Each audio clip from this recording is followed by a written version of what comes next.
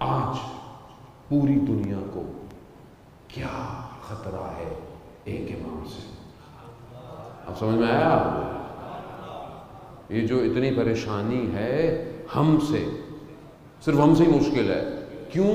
کیونکہ صرف ہمارا عقیدہ یہ ہے امام زندہ ہے.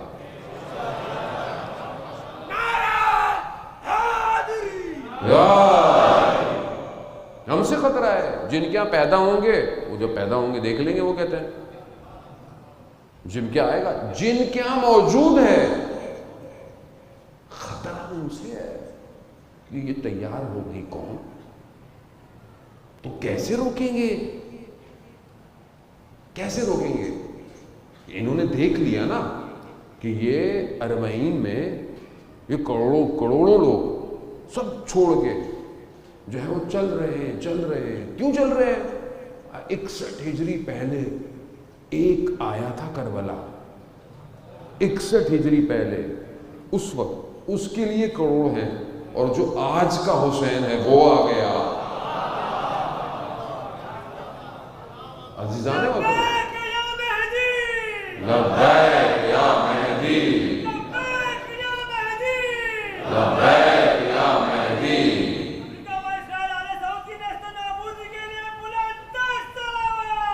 اللہم صلی محمد.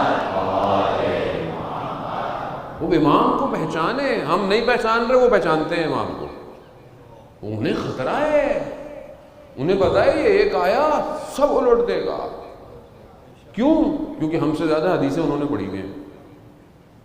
کیونکہ حدیث ہے کہ جو آخری آئے گا دنیا کے سارے طاغوتی نظام کو پلٹ دے گا، عدالت کو اجرا کرے گا پوری دنیا کے اوپر. ایک سے خطرہ ہے انہیں، اسی ایک تک نہیں پہنچنے دیتے، نہیں پہنچنے دیتے. آپ دیکھیں انہوں نے کتنا کام کیا ہے، ہر طریقے سے فائنینشلی پاورفل جو کر سکتے تھے، یعنی ظاہری طاقت کے ذریعے سے، باطنی قوتوں کے ذریعے سے.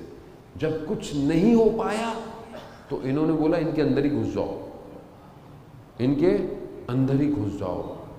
ان کی وہ جو مجلسیں ہیں جو انہیں امام تک لے کے جاتی ہیں انہیں ہائی جیک کر لو. ابھی تھوڑی سی بھاری بات ہے نا، جب اپنی بات ہو تھوڑی سی مشکل ہو جاتی ہے، تھوڑی سی دوسروں کی باتیں ہوں تو بہت بہت اچھا ہے، اپنی بات میں نا تھوڑا سا مشکل ہو جاتی ہے. حقیقت یہی ہے کہ یہ جو آئے ہیں یہ حسین کے لیے آئے ہیں، اور اگر انہیں صحیح پیغام ملا تو یہ آخری کے ہو جائیں گے. تو انہیں کیا کرو؟ انہیں تاریخ میں ہی رہنے دو، انہیں پیچھے ہی رہنے دو، انہیں صرف خیبر خندق سناتے رہو.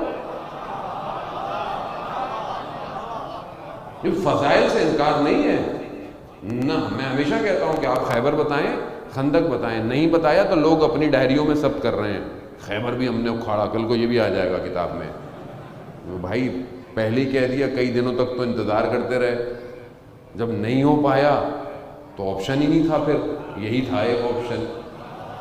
تو یہ بتائیں، آپ بتائیں، لیکن صرف وہیں رکھو، صرف پرانی باتیں، پرانی چیزیں یہاں نہیں لاؤ، آگے نہیں لاؤ.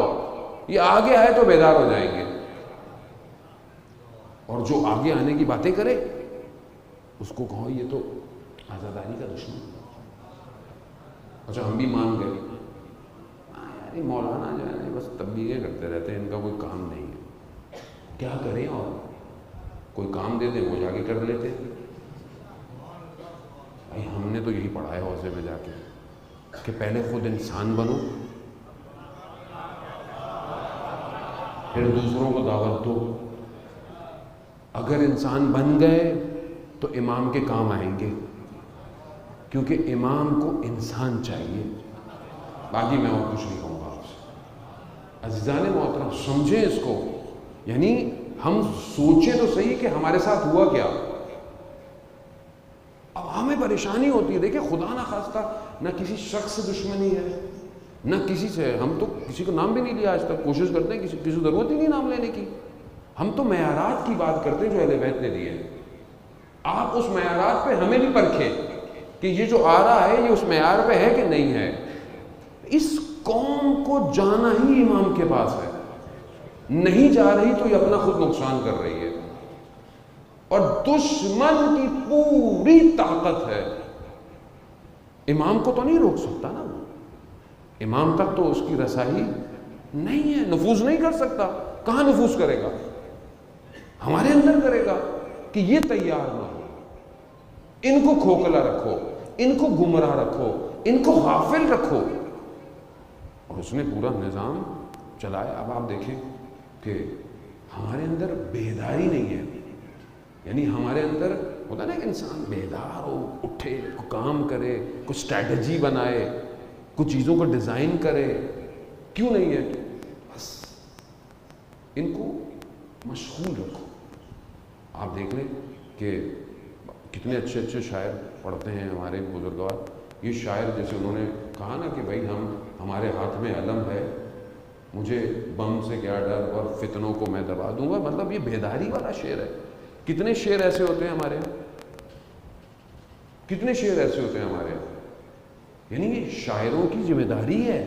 میں 1 گھنٹہ تقریر کرتا رہوں وہ کمال نہیں کر سکتا جو ایک مصرع کر سکتا. تو وہ بیدار کرنا، لیکن بیدار نہیں کرو، سلائے رکھو، سو جائے. عزیزان محترم سمجھیں آج کے دور میں امام تک کون سی طاقتیں روک رہی ہیں. عزیزان محترم مجھے پتا بہرحال دنیا کے جو بھی حالات ہوتے رہے، ہمیں تو اپنے کام پہ گفتگو کرنی ہے کیونکہ ہمیں بہرحال امام کو حاضری دینی نہیں ہے، حاضر ہیں ہم، امام کے آگے حاضر ہیں. امام تک ہماری گفتگو پہنچ رہی ہے. امام، میں نے کل آپ کو زیارت جامع کبیرہ کا جملہ بیان کیا، رحمت موصولہ ہے. یعنی یہ جتنی دنیا کی رحمتیں ہیں یہ سب جتنی بھی جمع ہو جائیں یہ پھر بھی 1% ہے. صلوات بھیجتے محمد والا.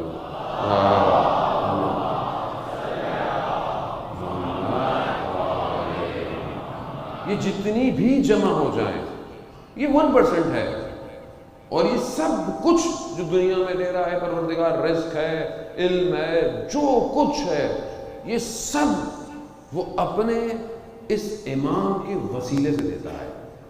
یہ اس کا نظام ہے. اب اگر ہم چاہیں یا نہ چاہیں ہم اپنے آپ کو اس سے جدا نہیں کر سکتے. جیسے مثال کے طور پر بچہ چھوٹا ہوتا ہے، اس کو رزق اس کی ماں کے وسیلے سے ملتا ہے. دیتا کون ہے؟ خدا.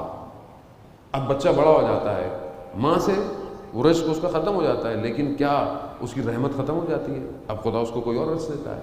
یعنی وہ ہر وقت اس رحمت کے ساتھ جڑا رہتا ہے. اسی طرح نہ صرف اس عالم میں، جب ہم اس عالم سے دوسرے عالم میں چلے بھی جائیں تو امام تسبیح کا وہ نخ ہے کہ جو ہر عالم میں رحمت موصولہ ہے، ہر عالم میں. یعنی اس سے جدائی ممکن ہی نہیں ہے، ہو ہی نہیں سکتے، آپ دور ہی نہیں ہو سکتے سوائے اس کے کہ آپ خود اپنا رشتہ منقطع کر دیں. اور وہ کیسے ہوگا؟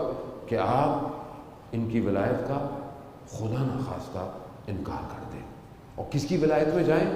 دوسرے سسٹم کی. کس کا سسٹم ہے؟ شیطان کا. قرآن یہ 2 چیزیں واضح بتا رہا ہے، یا شیطان کی عبادت کرو یا پھر اس صراط مستقیم.